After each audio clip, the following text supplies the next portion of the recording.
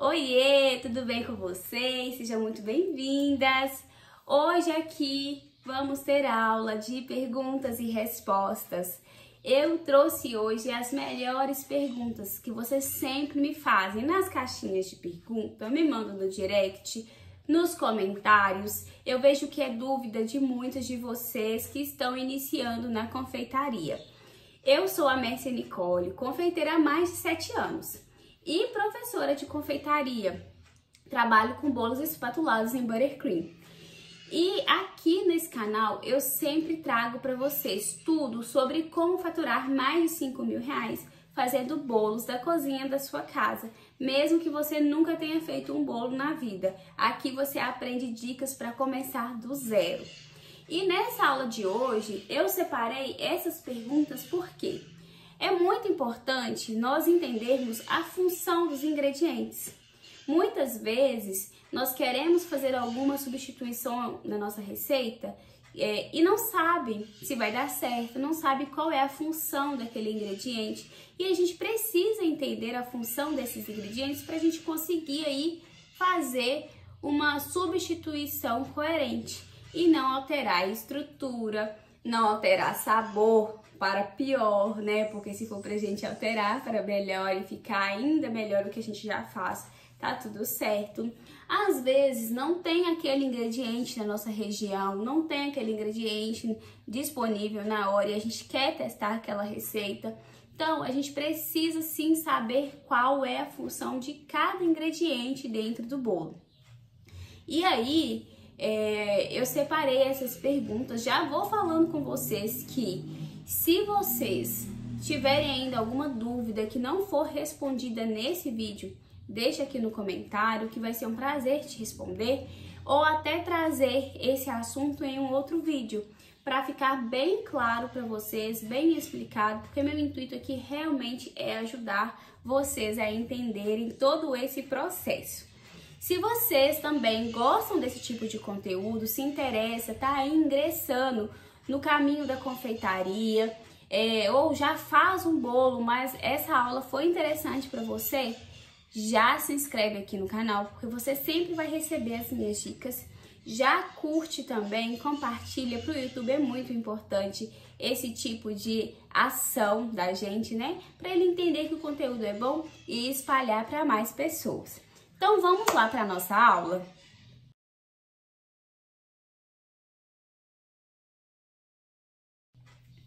A primeira pergunta que eu recebi aqui foi sobre ganache. O que é ganache? Como fazer um ganache? O que eu preciso saber para fazer um ganache?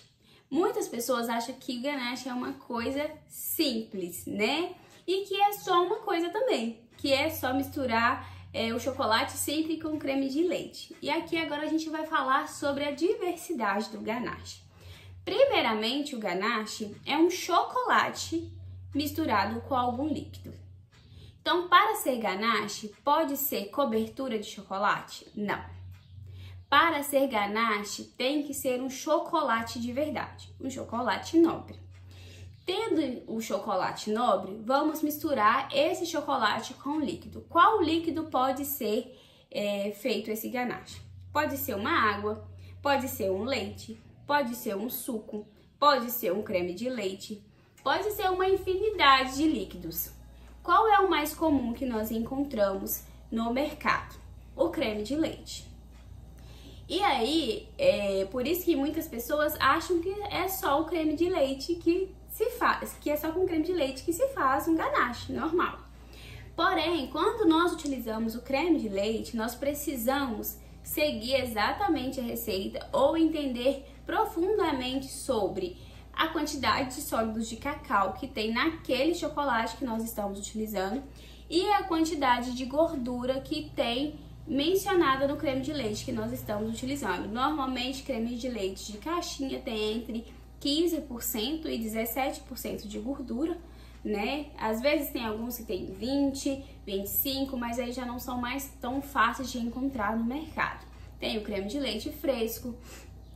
E aí a gente precisa se atentar, porque desde o creme de leite que tem menos porcentagem de gordura até o creme de leite, que tem mais porcentagem de gordura, tem uma diferença muito grande. E aí, nós vamos, à medida que nós vamos colocando uma certa quantidade de um creme de leite com mais porcentagem de gordura e com menos porcentagem de gordura, vai sim alterar o sabor do ganache e também a estrutura, se ela vai ficar mais macia, se ela vai ficar mais quebradiça. Então é muito importante a gente atentar a essa porcentagem de gordura que tem no nosso creme de leite e a porcentagem de cacau também. Água. Nós geralmente não utilizamos, né, a água como um ingrediente para fazer o ganache, embora seja possível. Por quê? A água vai tirar aquele sabor, aquela cremosidade que um creme de leite traz para o ganache. Então, é possível usar água? Sim. Eu uso? Não. É recomendado? Não, por causa dessa alteração no sabor do chocolate. Um suco geralmente nós usamos. Por exemplo, se a gente quer fazer um ganache de maracujá, você pode utilizar aí uma quantidade de creme de leite que vai ter essa gordura e vai trazer mais maciez para o seu ganache. E para chegar no sabor do maracujá, a gente utiliza aí um concentrado de maracujá. Pode ser um maracujá, né, a fruta mesmo, ou um suco natural de maracujá. E aí já chegamos no sabor do ganache de maracujá. Assim nós utilizamos o suco. Então é muito importante a gente se atentar ao tipo de líquido que nós estamos utilizando no ganache, porque ele vai influenciar diretamente na estrutura, se o seu ganache vai ser um ganache macio, se vai ser um ganache sedoso, se vai ter um brilho diferente, e também no sabor, tá bom? Outra pergunta que eu recebi bastante em uma receita onde tenho leite, eu posso substituir pelo leite em pó? Minha resposta é o seguinte: no geral, leite em pó e leite líquido são iguais se o leite em pó estiver diluído em água. Então, quando uma receita me pede 200 ml de leite, se eu pegar essas 200 gramas de leite em pó e diluir ele em água, transformando em 200 ml de leite em pó líquido, nós podemos sim utilizar esse leite em pó na nossa receita de bolo. Se eu tenho na receita me pedindo um leite líquido e eu jogo somente o leite em pó, não vai dar certo. Aí nós estamos alterando a estrutura do bolo. Então a gente precisa se atentar somente a isso. Posso substituir o leite pelo leite em pó? Sim, desde que eu tenha diluído o leite em pó em água. Se a minha receita me pede leite em pó e não me pede para que eu dilua o leite em pó em água, quer dizer que ela não está me pedindo leite líquido. Então eu não posso diluir, não posso substituir o leite em pó dessa receita pelo leite líquido, beleza? Outra pergunta: leite condensado e mistura láctea são a mesma coisa? Não, não são a mesma coisa.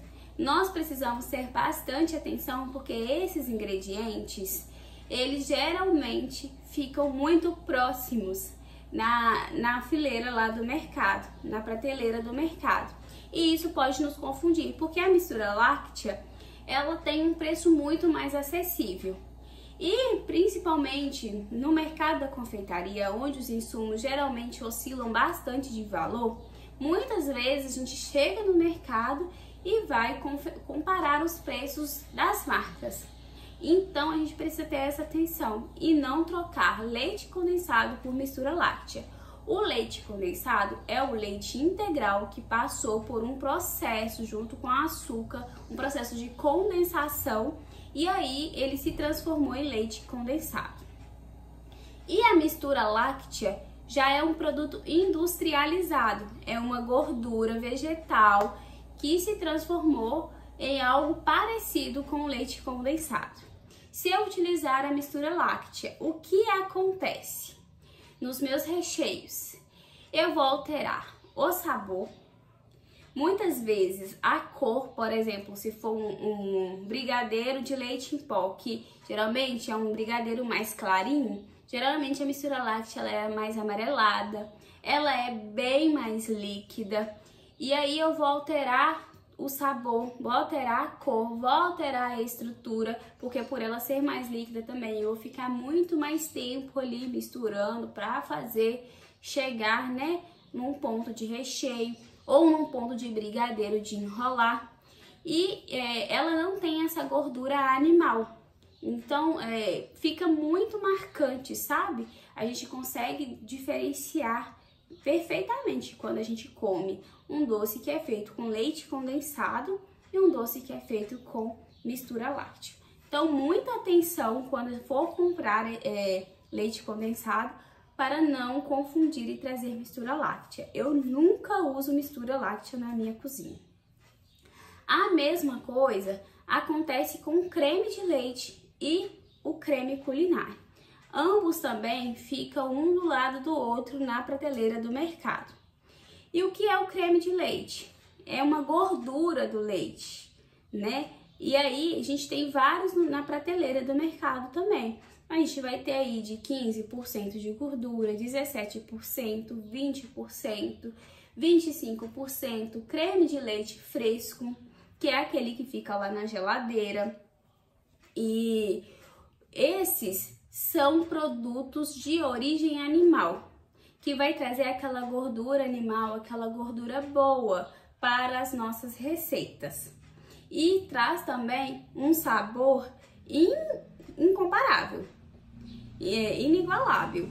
E aí, quando nós utilizamos o creme culinário, que é uma gordura vegetal, também um produto, né, industrializado para tentar substituir o creme de leite, tem uma diferença gigantesca.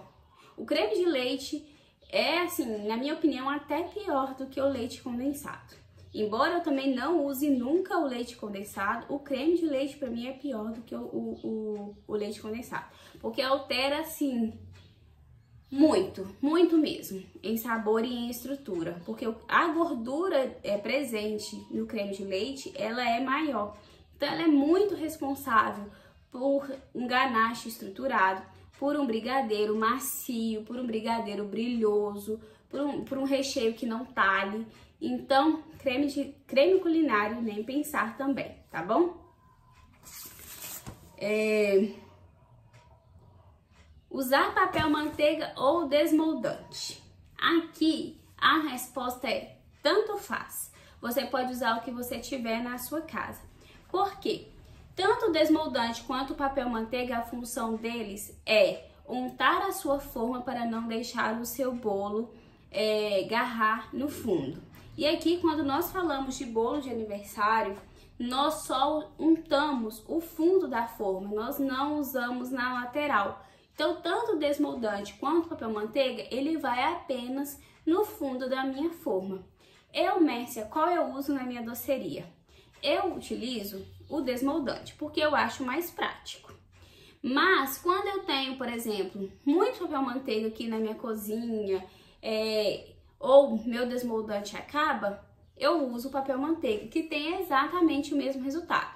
O único problema do papel manteiga é que ele dá um pouquinho mais de trabalho, porque a gente tem que cortar o papel manteiga no formato da minha forma. Então, eu aqui só faço bolos redondos, então eu tenho que cortar um disco redondo exatamente do tamanho do fundo da minha forma para colocar ele só lá no fundo, para não deixar ele ir para as laterais, para não alterar as laterais do meu bolo.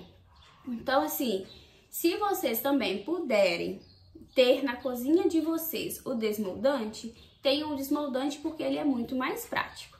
Mas se vocês não puderem, não tiverem aí uma acessibilidade para ter o desmoldante, talvez esteja começando, quer só testar, pode ir no papel manteiga, vai feliz, vai em paz, que não tem problema nenhum. E depois, quando você puder, adquira o desmoldante. Não é um produto caro, é um produto que a gente super consegue incluir aqui nos nossos gastos de produção, que não vai encarecer o seu bolo e vai te trazer muito mais praticidade. O açúcar no bolo. Quais são os tipos de açúcar que a gente usa na confeitaria e qual é a função? Então vamos lá. Nós temos aqui de tipos de açúcar. Temos o açúcar refinado, o açúcar cristal, o açúcar demerara, o açúcar mascavo. E aqui, o que vai diferenciar esses açúcares? Por exemplo, do açúcar mascavo para o cristal, para o refinado, que é o que normalmente nós vemos na confeitaria, a diferença deles é mascavo, ele é mais escuro e menos triturado, menos processado.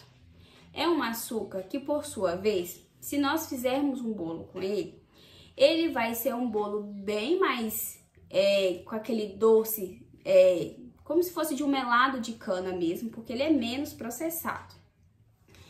Mas, em relação à estrutura, ele não vai alterar em nada em relação ao cristal ou refinado. E aí, partindo do mascavo para o cristal já é um pouco mais processado e um pouco mais claro. Essa é a diferença dele. Então, a gente vai ter um bolo um pouquinho mais claro do que o bolo feito com açúcar mascavo. Vai ter um bolo, vai ter aquela presença tão marcante do doce do melado de cana. Não vai ser um bolo com essa presença. Mas em relação à estrutura também vai ser a mesma. E o açúcar refinado é um açúcar que já passou pelo máximo processo de trituração. Então ele é aqueles grãozinhos bem minúsculos, né? E aí a gente vai ter uma massa mais clarinha e o sabor de um açúcar normal. E aí, qual que eu uso aqui na minha cozinha? Eu gosto muito de utilizar o refinado. Por quê? Porque quando eu vou bater o açúcar com a minha manteiga, a gente tem um resultado mais rápido. O creme que se forma com o açúcar e a manteiga se forma mais rápido. Mas é por isso, quando eu não tenho, por exemplo, um refinado, eu utilizo o cristal e super dá certo do mesmo jeito. Não temos alteração de estrutura no bolo se a gente utilizar tanto o refinado, quanto o cristal, quanto o mascavo, quanto o açúcar de confeiteiro. Então é assim, ó, açúcar na massa, em relação à estrutura, ele não vai alterar em nada, e o que vai alterar é o quê? Às vezes, de um mascavo para um refinado, a cor, porque o mascavo ele é muito mais escuro e um pouco mais doce. Mas tudo bem, se você quer um bolo que seja com as características do mascavo, pode fazer tranquilamente. Se você não tiver problema em ter um bolo mais marrom, mais caramelizado, não tem problema nenhum em substituir o refinado pelo mascavo, ok? E também falando de açúcar, às vezes as pessoas pensam assim, achei esse bolo muito doce, a receita tá pedindo aqui 400 gramas de açúcar, vou alterar e vou colocar aqui 200 gramas para ele não ficar muito doce. Posso fazer isso? E a resposta é que você precisa entender que a função do açúcar na massa também é trazer ar para essa massa. Quando eu misturo o meu açúcar com a manteiga, com o meu ovo e bato e formo um ar na massa, seja no método amanteigado ou seja no método espumoso, nós estamos trazendo ar para essa massa. Esse ar, quando ele estiver em contato com o fermento e o bolo for para o forno, ele vai ajudar a massa a crescer. Então, se você simplesmente reduz a quantidade de açúcar, achando que você está só diminuindo o doce do seu bolo e que não vai interferir em mais nada, saiba que isso não pode acontecer, porque se você fizer isso, você também estará interferindo no seu bolo. O seu bolo não vai crescer, porque o açúcar, ele tem essa função de fomentar o fermento para que o seu bolo cresça, tá bom? Então, além de adoçar o seu bolo, ele ajuda nessa questão de crescer a sua massa. Vamos lá. O ovo. Muitas vezes nós pedimos uma receita ovos inteiros, ou só pedimos claras, ou só pedimos gemas. Então, quando a sua receita te pede ovo inteiro, você quebrou lá, pediu para você 120 gramas de ovos.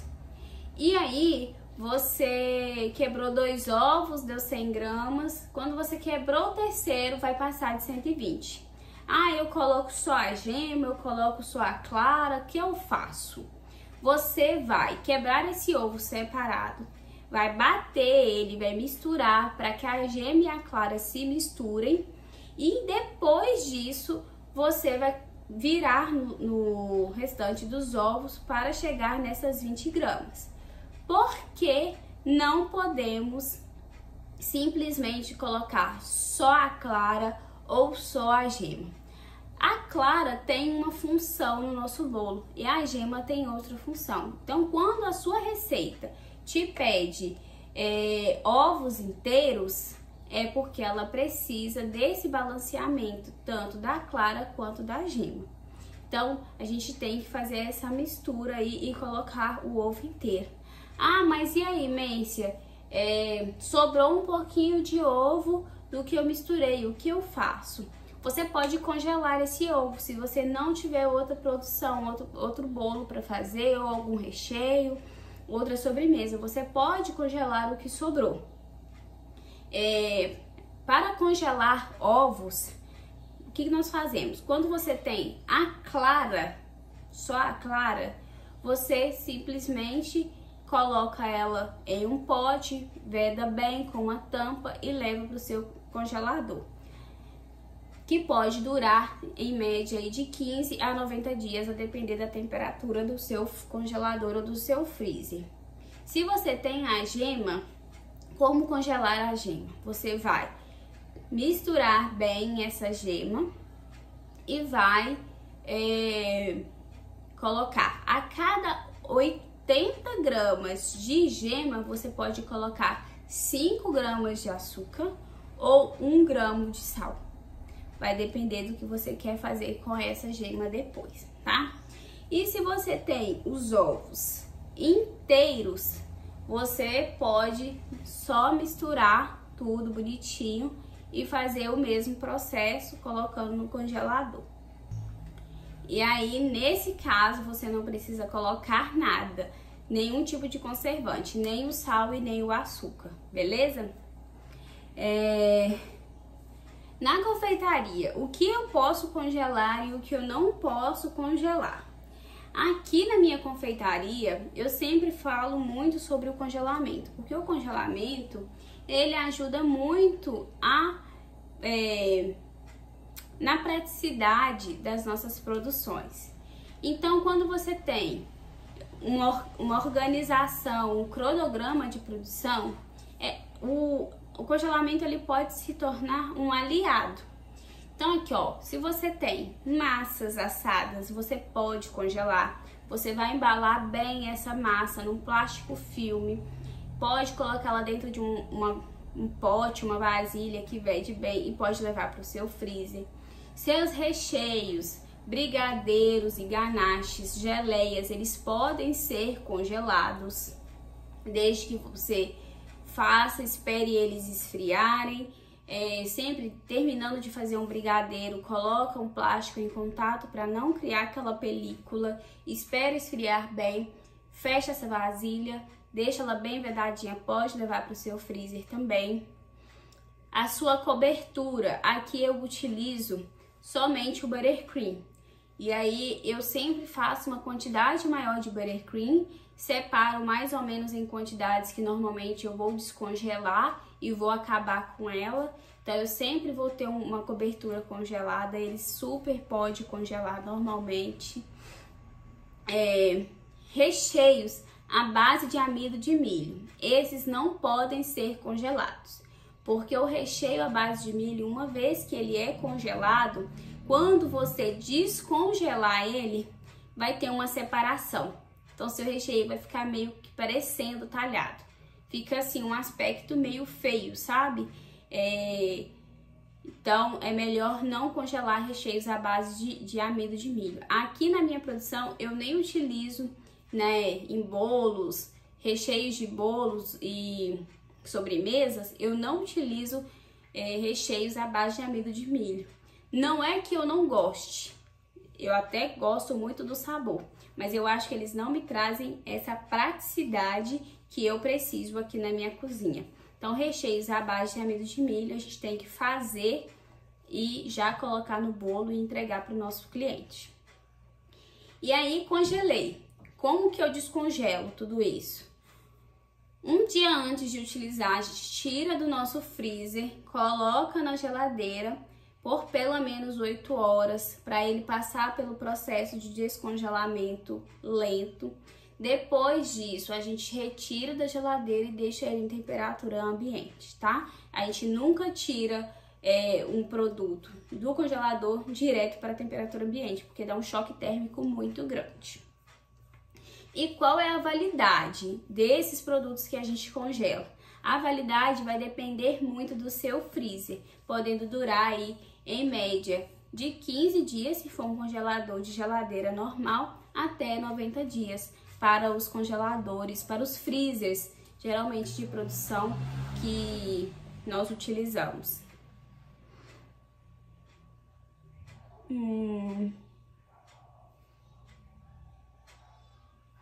Com o que eu posso molhar o meu bolo? Bom, para molhar o bolo, você pode molhar tanto com uma calda de açúcar, com baunilha, você coloca água, açúcar e baunilha. Você pode molhar com leite condensado, os dois juntos. Você pode, tem algumas pessoas que molham ainda com guaraná. Então, você pode saborizar a sua calda, às vezes com uma água e uma outra pasta saborizante de sua preferência. E aí vai depender de como é a sua produção e seu paladar. Aqui, eu sempre padronizo para os meus bolos caldas à base de água, açúcar e baunilha. Eu acho que esse sabor, ele combina com todas as minhas massas, com todos os meus recheios, não fica nada muito forte. Você pode também, eu tô fazendo um recheio de abacaxi, quero utilizar uma calda de abacaxi. Você pode pegar as cascas do abacaxi, lógico, você vai ter lavado o abacaxi antes de cortar o abacaxi, né? E aí, você pega a casca, ferve essa casca com uma água, um açúcar, e ali você vai ter um xarope, né, dessa casca, vai estar saborizada já. Você pode molhar a sua casca, o seu bolo também com essa calda.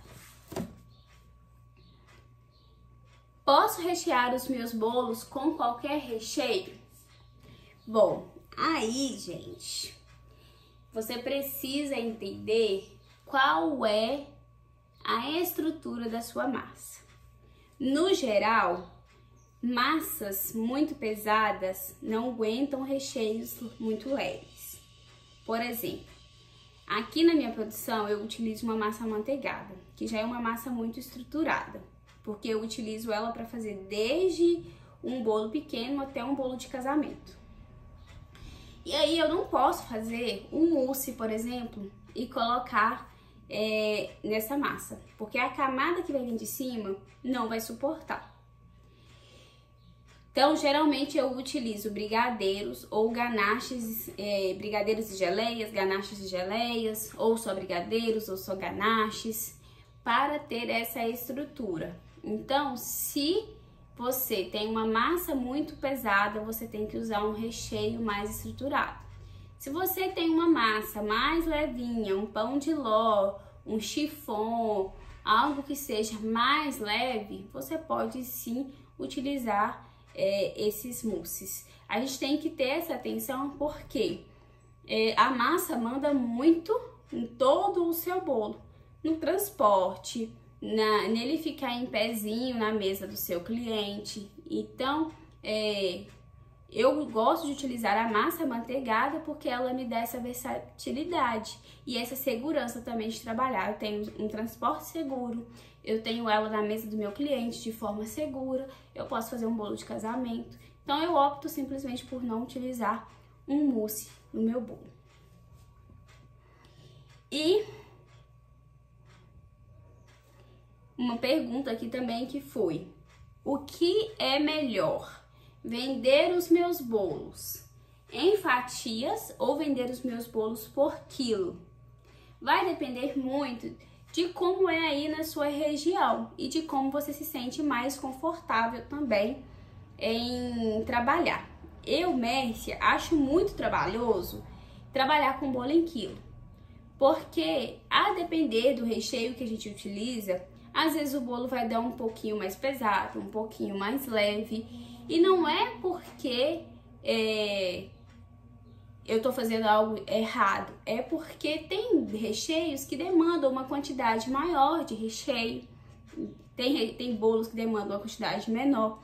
Então, assim, se eu fosse vender um bolo por quilo, todas as vezes que eu terminasse meu bolo, vai ter bolo, por exemplo, que eu vou gastar uma quantidade de cobertura maior, porque se for uma decoração muito elaborada, com cobertura, vai mais cobertura. Então, todas as vezes que eu estivesse terminando de fazer o meu bolo antes de entregar para o cliente, eu ia ter que ir lá pesar o bolo novamente para passar o valor exato para o meu cliente. Então, eu acho mais fácil, eu gosto mais de trabalhar com bolos em números de fatias. Não é em números de pessoas, é em números de fatias. Então, eu já padronizei, tenho lá no meu cardápio um bolo que serve 6 fatias, 8 fatias, 17 fatias, 33 fatias. E aí, vai do meu cliente, dele querer escolher o tamanho que cabe a ele, né, a festa dele. E aí ele fica mais à vontade para escolher dessa forma e também fica mais seguro com o rendimento. Por que eu não coloco aí a quantidade que rende por pessoa? É muito difícil a gente calcular, né, gente? Pode ser que uma pessoa coma 2 pedaços de bolo, pode ser que a pessoa coma 3. Nem sempre a pessoa vai comer só um pedaço. Então, quando a pessoa me fala assim, é para 20 pessoas, eu não posso falar que um bolo de 20 fatias vai dar. Eu tenho que deixar para o cliente ele decidir se ele quer um bolo de 20 fatias, que vai ter 20 pessoas, sabendo que assim ele vai talvez conseguir dar uma fatia para cada pessoa, e se para ele tiver tudo bem, para mim também tá tudo bem. Do que eu falar com ele que com certeza dá, depois ele tá esperando que dê 3 fatias para cada cliente, e aí ele vai vir na minha porta depois e vai brigar comigo. Então é isso. Eu só vendo bolos por número de fatias. Isso dá muito certo aqui na minha doceria. Bom, respondi aqui várias perguntas de vocês, foram mais de 10 perguntas. Tentei colocar aqui, né, todo o meu conhecimento à disposição de vocês para ajudar a vocês a iniciar na confeitaria, a ter essa coragem de arregaçar as mangas e já ir para sua cozinha, testar, ver a função dos ingredientes que aqui eu expliquei para vocês. Se tem mais alguma pergunta que eu não respondi, já peço para vocês, coloquem aqui nos comentários para que eu possa responder, fazer um outro vídeo trazendo essa explicação para vocês, tá bom? Então essa foi a nossa aula de hoje. Eu volto na próxima semana com mais dicas sobre como faturar mais de R$5.000 fazendo bolos da cozinha da sua casa. Volto para te ajudar, volto para te inspirar e espero te ajudar a você a começar a fazer bolos e a faturar muito da cozinha da sua casa. Um beijo e até a próxima aula.